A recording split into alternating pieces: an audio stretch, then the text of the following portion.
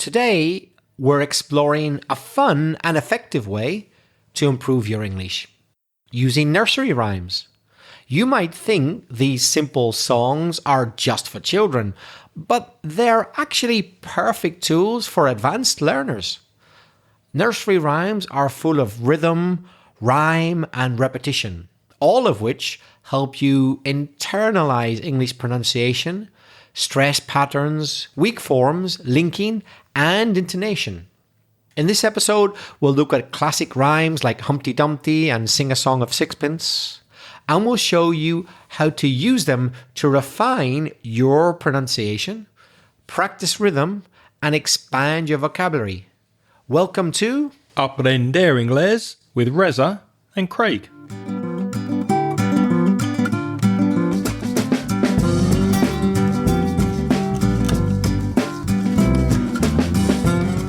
Hi, my name's Reza. And I'm Craig. And with nearly 60 years of teaching between us, we'll help you improve your English and take it to the next level.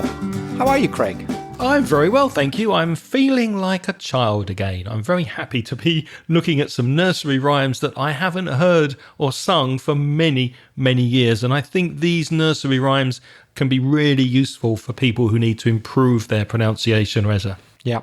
And it's just nice, isn't it, to remember things from your childhood every once in a while. It's a nice feeling.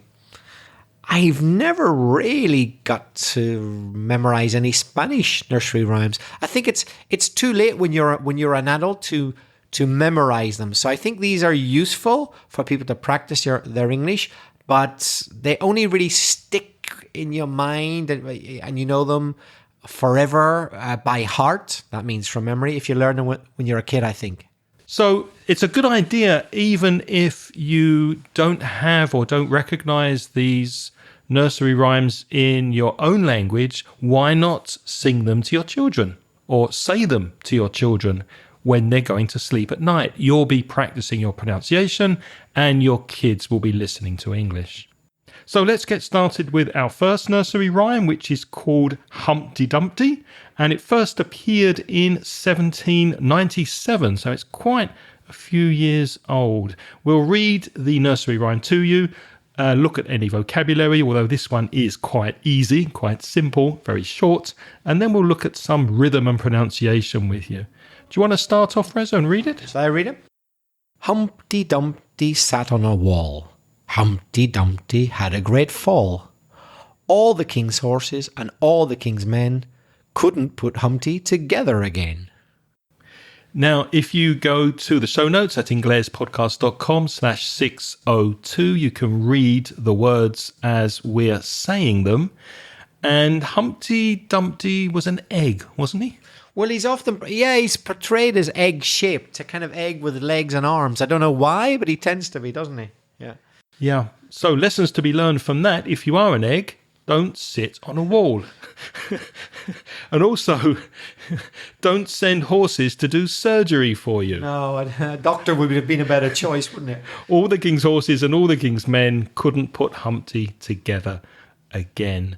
So we've got words that are rhyming there. They have similar sounds. And one thing to know immediately, right away at the beginning, English is a stress-timed language, not a syllable-timed language. So in English, we don't give equal stress to all of the words in the sentence. And you can listen to the rhythm of this as Reza read it. Da da da da da da da da. Humpty Dumpty sat on a wall. So you hear sat and wall very stressed, but honor is not stressed. It's a weak form. And that gives us the rhythm. Humpty Dumpty sat on a wall. Da da da da da da da da. Same in the second line. Humpty Dumpty had a great fall. So hadda becomes joined and linked. That sound connects to the d of had. So it's had a great fall. So let's read it one more time. And why not follow what Reza's saying? Copy his stress patterns and copy his rhythm as he's reading it. Humpty Dumpty sat on a wall. Humpty Dumpty had a great fall. All the king's horses and all the king's men couldn't put Humpty together again. Well read. So that's our first one, Humpty Dumpty. What's the second one, Reza? The second one is also a very popular classic. Mary had a little lamb. The doctor was surprised. And that she had a lamb. She had a lamb. Rather than a baby, indeed. So this one is a little bit later, but not much, than Humpty Dumpty, which was 1797. This was written and published in 1830 in America, in Boston. And it was inspired by a real event, actually. A girl named Mary Sawyer brought her lamb to school. And this little verse was written about it. You want to go for it, Craig? Yep, so let me read it for you and then we'll look at some of the pronunciation. Mary had a little lamb. Her fleece was white as snow. And everywhere that Mary went, the lamb was sure to go. It followed her to school one day, which was against the rule. It made the children laugh and play to see a lamb at school. So a couple of words there you may not know. Fleece is in the first verse there. Its fleece was white as snow. So the fleece is the wool of the sheep, the coat of the sheep that's on the outside. So a sheep's fleece is the wool that's sometimes made into material that you can wear. And the fleece is the name for the coat, if you like, of the sheep. And another word worth noting in the nursery rhyme is sure. It said at the end of the first verse, the lamb was sure to go. So in this context, sure means certain or guaranteed. So where Mary went, the lamb followed her. The lamb was sure to go. So there were quite a few weak forms and connected speech in this nursery rhyme, Reza, weren't there? Yes. Like before, if we just take the first line as an example, Mary had a little lamb. So Mary, we stress the first syllable, may. The second one is not stressed. Mary had a little lamb. So the stress is da-da-da-da-da-da. Mary had a little lamb. Hada comes out in a very weak form. Hada. Mary had a little lamb. Its fleece was white as snow. The same stress pattern. Da-da, da-da, da-da. Its fleece was white as snow. And everywhere that Mary went, the lamb was sure to go. Da-da-da-da-da-da. The lamb was sure to go.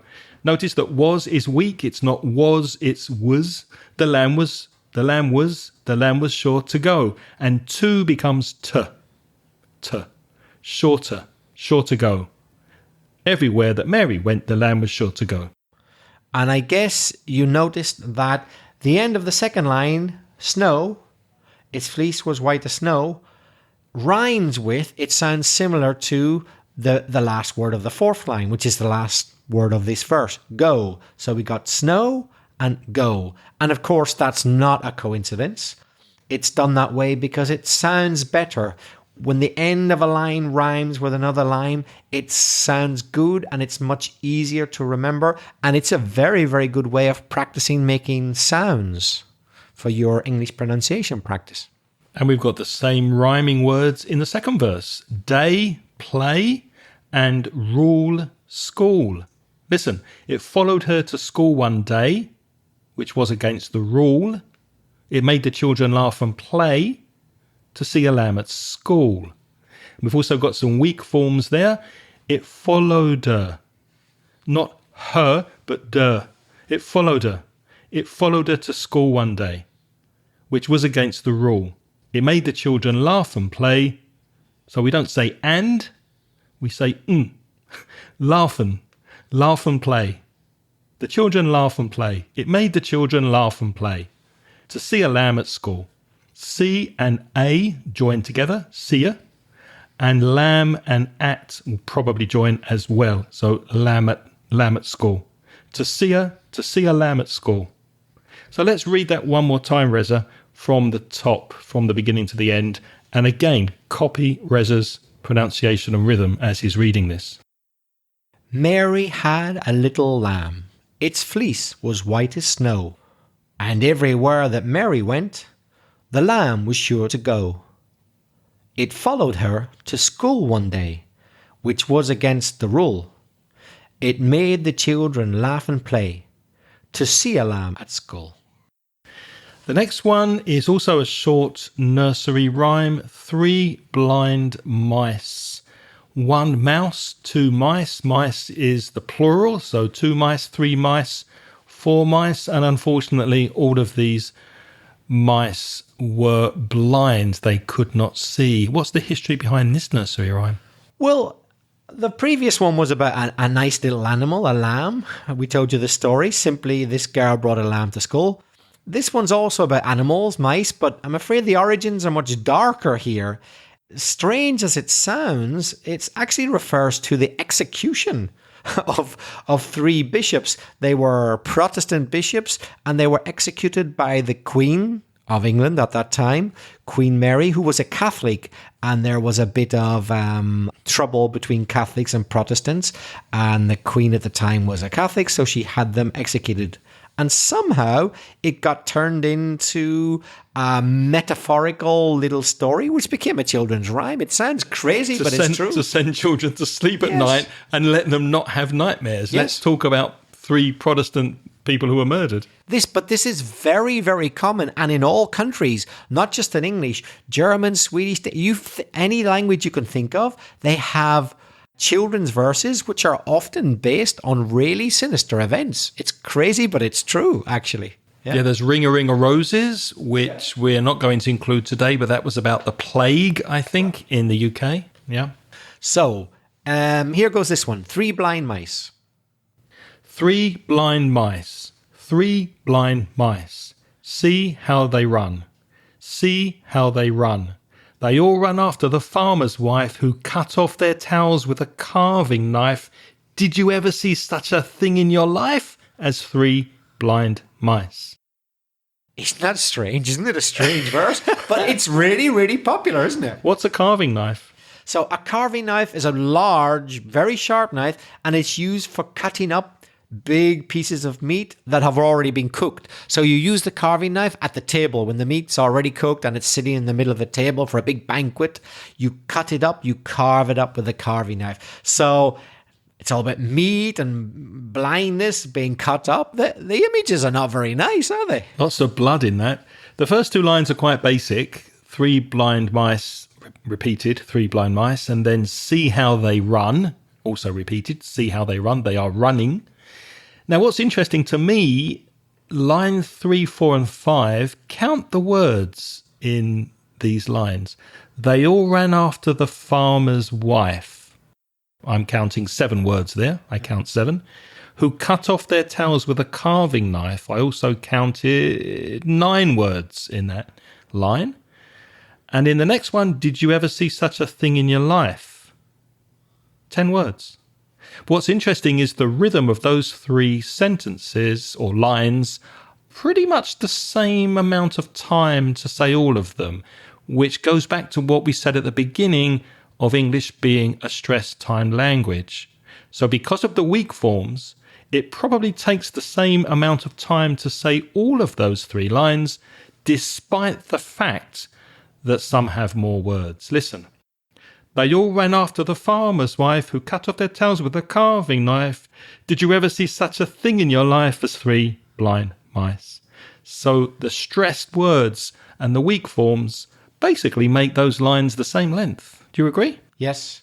So the words, as Craig said, the words which aren't important get said really quickly, like who cut off their tails, who cut off their tails, all those words come out really quick. Who cut off their tails, and we just concentrate on the important words. Because as Craig said right at the beginning, it's important to make English a stress time language. So you squeeze in the unimportant words to make sure that the stress, the emphasis in a sentence falls on the important words.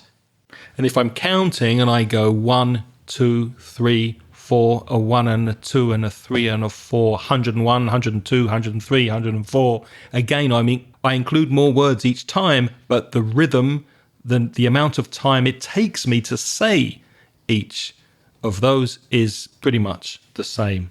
In fact, if you notice, the number of words fitting into the same rhythm increases until the end, then it falls down again because it goes 3 blind mice, 3 blind mice. Every word there is stressed, and then it builds up a bit more. We stick in a few more. See how they run. See how they run. Then we fit in a lot more. They all ran after the farmer's wife, who cut off their tails with a carving knife. So then we fit more and more words into the same space. Did you ever see such a thing as your life? And then we go down again to as three blind mice. So it kind of starts the way it begins. So there's a nice kind of roundness to that. Starting off with simple, just 3 words stressed, building up to lots of words, but we only stress the important one, and then coming back down again to stressing 3 blind mice. That's what makes it so memorable, the musicality of it. Exactly. And focusing on that line that had 10 words, the most number of words, the longest line in the nursery rhyme. Did you ever, there are 3 ways of saying that in English. You could stress every word individually, especially if you want to emphasize them. Did you ever? You can also join did you and say do you ever see? Or you can combine all of them and say d'ever. Yeah, which is probably the most common one, isn't it? D'ever see? D'ever see? D'ever see? And such a thing becomes such a thing. And then we've got another preposition and a weak yaw. So the yaw becomes y. Thing and in join together. Thing in ya, thing in your life. So all of the line would be, d'ye ever see such a thing in your life? Da da da da da da da. D'ye ever see such a thing in your life? It's very quick. Many words are not stressed. Shall we say it one more time? You go this time. And notice the rhyming of the words wife, knife, and life. So whenever the words at the end of a sentence sound similar, they rhyme, it always makes things sound more memorable. 3 blind mice. 3 blind mice. See how they run. See how they run. They all ran after the farmer's wife, who cut off their tails with a carving knife. Do you ever see such a thing in your life as 3 blind mice?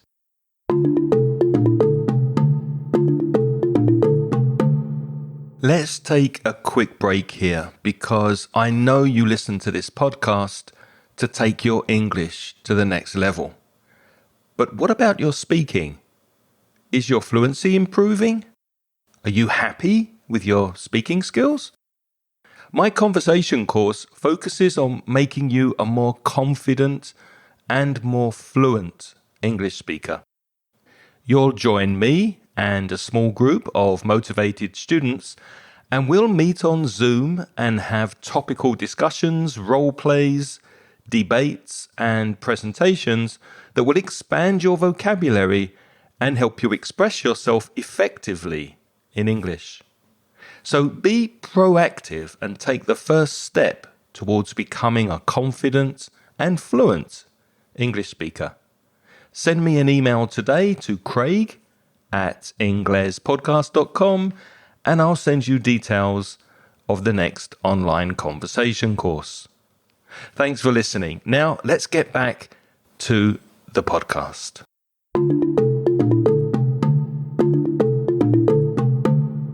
Okay, I hope you're getting the idea with these nursery rhymes and how they can help you with your English. Now, the next one we have for you is called Twinkle, Twinkle, Little Star. To twinkle is to shine with a small, quick light that changes slightly. If you look up in the night sky and you look at stars, if it's very clear, you can see the stars emitting light and they're twinkling. Also, if you get something shiny and the sun hits it at an angle, it will twinkle. So stars twinkle when you see them in the night sky. And you said, Reza, that this was from a tune written by a famous composer. Or maybe the other way around. Mozart set this little poem to music. Okay. So he gave us the melody, which has become very famous. Dee dee dee dee dee dee dee dee dee dee dee dee dee. It was Mozart who came up with the melody, but I don't think he wrote the actual poem. In fact, the poem is said to be written by a woman called Jane Taylor, presumably who was English, but it was an Austrian composer, Mozart, who set it to music. And it's become one of the most popular English language nursery songs worldwide. But not surprisingly, because of Mozart, it's also very popular in German. They use it a lot in Germany and Austria, although I couldn't tell you the actual words, but I know they have their own version of it. We're not going to read it in German today, but if you are a German speaker and you're listening to this, then by all means, send us the German version and we'll include it in a future podcast. So here we go. Let's read it first and then we'll look at some vocabulary. Twinkle, twinkle, little star, how I wonder what you are. Up above the world so high, like a diamond in the sky.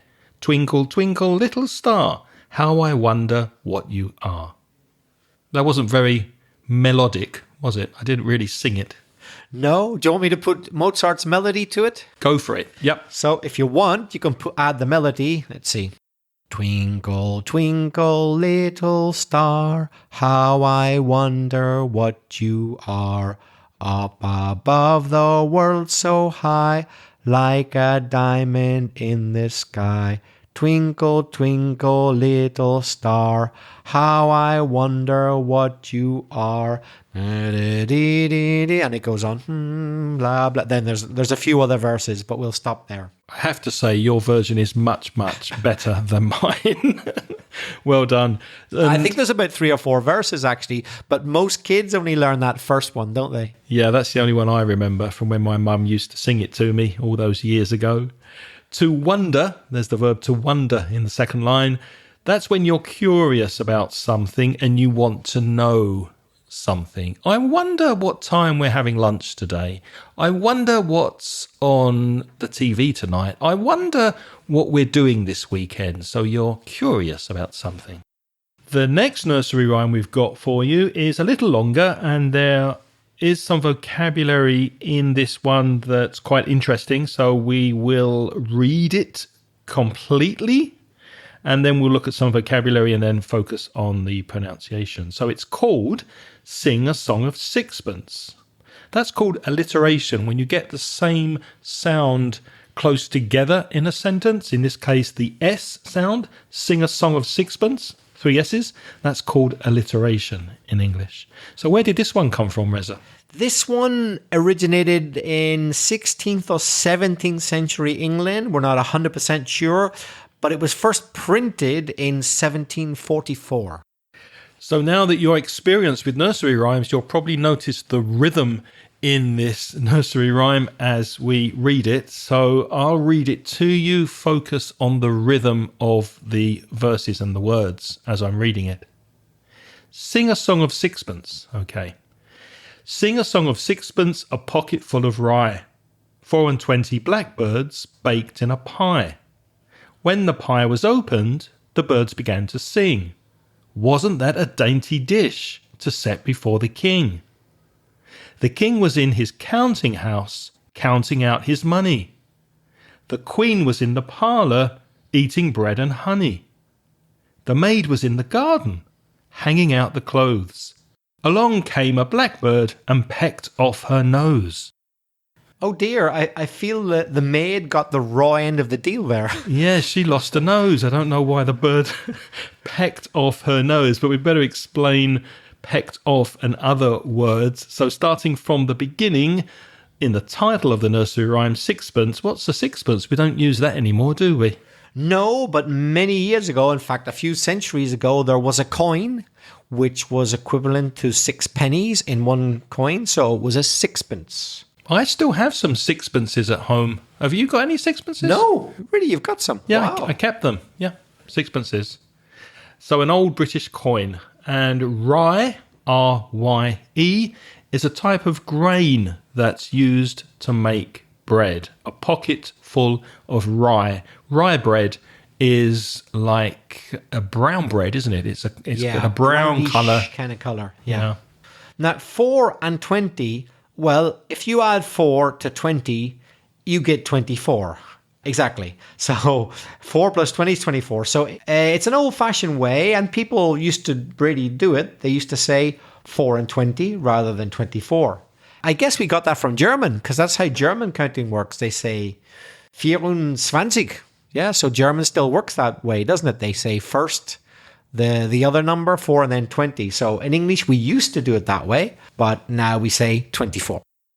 The second verse speaks about a pie, which is food that has been made, and it's described as being a dainty dish. That adjective, dainty, D-A-I-N-T-Y, is something very small, very delicate, and in this case, very tasty. So you might describe a piece of jewellery, for example, as being very dainty, or you might describe something that you're cooking as being dainty. In this case, a dainty dish, a lovely, delicate, tasty dish. Pies, by the way, are very common in British cuisine. Now, I know in Spain that you eat pies as well, but I would say that the British eat a lot more pies than the Spanish. Yeah. Pies are an important part of... In Latin America, they might be empanadas. They're quite similar. Empanadas, yeah, exactly. So British people eat a lot of pies. The next word that we should explain is a counting house.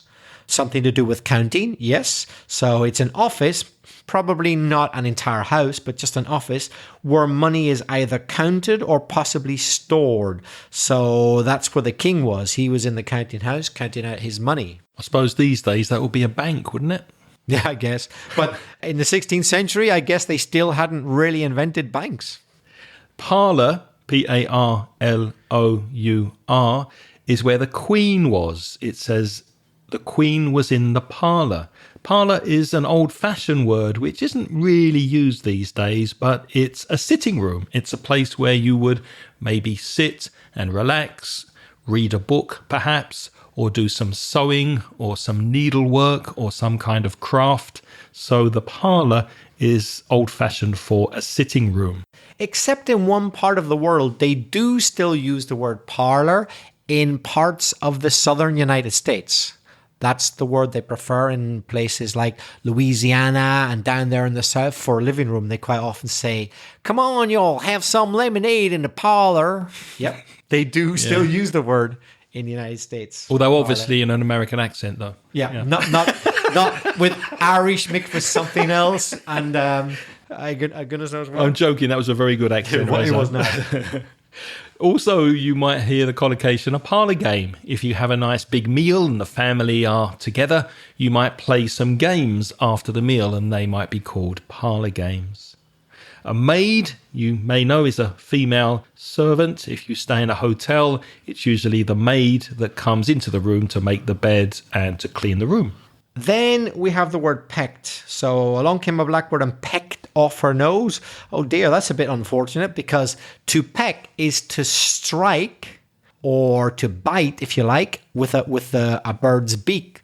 B-E-A-K. That's the hard kind of mouth of a bird, which as you know, if it bites you, will be quite painful. It's very hard and sharp, and it can indeed take off your nose completely.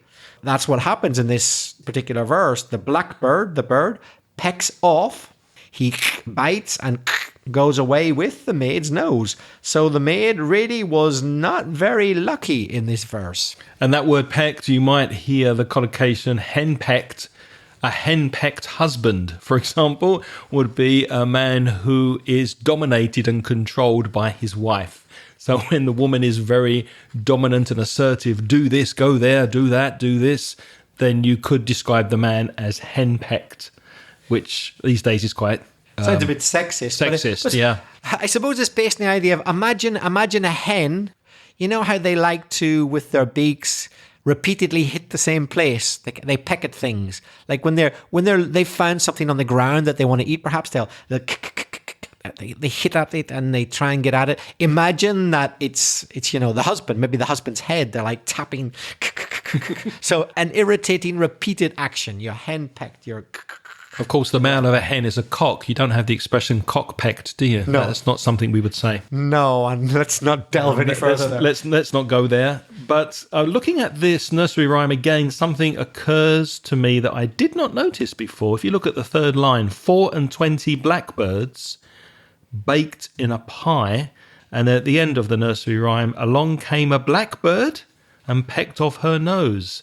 So maybe it's some kind of revenge for being baked in a pie. Didn't notice that before. Anyway, let's look at some pronunciation. We'll read this again and then focus on linking and stress and rhythm. Would you like to read it, Reza? Shall I sing it? Go ahead. A melody has been written for this one. Let me get my pitch. Let me see. Got it. Sing a song of sixpence, a pocket full of rye, 24 blackbirds baked in a pie. When the pie was opened, the birds began to sing. Wasn't that a dainty dish to set before the king? The king was in his counting house, counting out his money. The queen was in the parlour, eating bread and honey. The maid was in the garden, hanging out the clothes. Along came a blackbird, pecked it off her nose. Very nice. Could you hear the rhythm? I was tapping my feet. I definitely heard the rhythm there. Da da da da da da da da da da da da. Sing a song of sixpence. Notice those weak forms, as we said before. The words that don't carry meaning. The articles like or a, the prepositions like of, those are not stressed. Sing a song of sixpence. In fact, the of sounds like an Sing a song of sixpence. Sing a song of sixpence. A pocket full of rye. Full of rye. 24 blackbirds. We had that weak and before in the first nursery rhyme. Sounds like an 24 blackbirds baked in a pie. Baked in a pie. Then it goes on. When the pie was open, so the stress words are pie opened, the birds began to sing. Began to. The word to comes out as t. Began to sing. Wasn't that a dainty dish? Again, the word is very weak. Wasn't that a dainty dish? To set, too weak again. To set before the king. King is a noun, so that's obviously stressed. Counting house, also nouns, adjectives, they are stressed. They are words that carry meaning. The other words in that line probably not stressed. So the is an article. The king, was in, not was, but was, that weak sound, was in. And his would also probably connect to in, was in his counting house. The king was in his counting house. The king was in his counting house. Counting out his money. Counting out his probably will be is. Counting out his money. The same with the next line, the, probably weak, was, weak, in the, also weak. The stress words would be queen and parlour. Parlour stressing the first syllable. The queen was in the parlour. The queen was in the parlour. Da da da da da.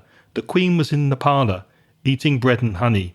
Again, that and becomes eating bread and honey. Listen to the verse again. The king was in his counting house, counting out his money. The queen was in the parlour, eating bread and honey. And in the last verse, we have the maid was in the garden. So the only important words are maid and garden. So the doesn't get stressed. And the words was in the get all joined up together with maid. The maid was in the garden, hanging out the clothes. Hanging, stressed, out, and the clothes. Clothes get stressed, but not the. Along came a blackbird. So obviously the word is not stressed. Along came a blackbird and pecked off her nose. So and gets said very quickly in the weak form. And pecked off gets a bit of stress and pecked off. But then the word her is weak and the word nose is obviously strong. And pecked off her nose. So I'll read all of the nursery rhyme again to you from start to finish. Copy my pronunciation. I'm not going to sing it as Reza sung it because, as I'm told, my voice is only suitable for the shower. But I will stress the words that need to be stressed and focus on the unstressed sounds as well. And repeat after me and sing after Reza. So here we go. Sing a song of sixpence, a pocket full of rye. 24 blackbirds baked in a pie. When the pie was opened, the birds began to sing. Wasn't that a dainty dish to set before the king. The king was in his counting house counting out his money. The queen was in the parlour eating bread and honey. The maid was in the garden hanging out her clothes. Along came a blackbird and pecked off her nose. Pecked off her nose. So that's all we've got time for this week. But if you have enjoyed us focusing on pronunciation with these nursery rhymes, please drop us a message. Let us know, because we do have more, and we will be more than happy to create another podcast with some different nursery rhymes. And don't forget, read them to your kids. That will be very useful for them and for you. If you have any special requests of any specific rhymes that you know that you'd like us to talk about, please tell us and we'll try to include them. But I know what you're thinking. How can you contact us? Well, our preferred way is by voice message, and you can do that by going to speakpipe.com. I'll spell that for you, speakpipe.com/Ingles podcast. Links to that and all of the nursery rhyme lyrics or words can be seen in the show notes at inglespodcast.com/602. Reza, how can people contact us by email? You could write to either craig@inglespodcast.com or belfastreza@gmail.com. And if you're a Spanish speaker and you want to improve your English with free and paid resources, visit the Mansion Inglés website at mansioningles.com. And for paid products, you can browse the online store at store.mansioningles.net. As always, we want to say thank you to all our Patreon supporters. And those sponsors donate money. And as a way of saying thank you from the podcast, we give them instant access to the audio transcriptions. And as an added bonus, also there's the chance of joining a live Zoom chat so that you can further practice your speaking. If you're interested, have a look at the link in the show notes. It's patreon.com/Ingles podcast. We don't have time, unfortunately, to mention all of the people who are supporting us on Patreon. There just isn't enough time, but thank you to everybody who is doing that. We will say hello and welcome to our latest lovely supporters who have joined us this month. And they are Reina, Romeo da Costa, Yolanda, and Vanessa Martinez. Thank you to you and to all our lovely Patreon supporters. If you enjoyed this podcast, please tell your friends. And Craig, what will the next podcast be about? I'm not sure. Do you know? We don't know at the moment, which is why we would love your feedback. If you can think of an idea, then please let us know. But we do promise there will be an episode next Sunday. So until then, have a lovely week ahead. Thank you for listening this week. It's goodbye from Reza. And bye-bye from Craig. The music in this podcast is by Pitts. The track is called See You Later.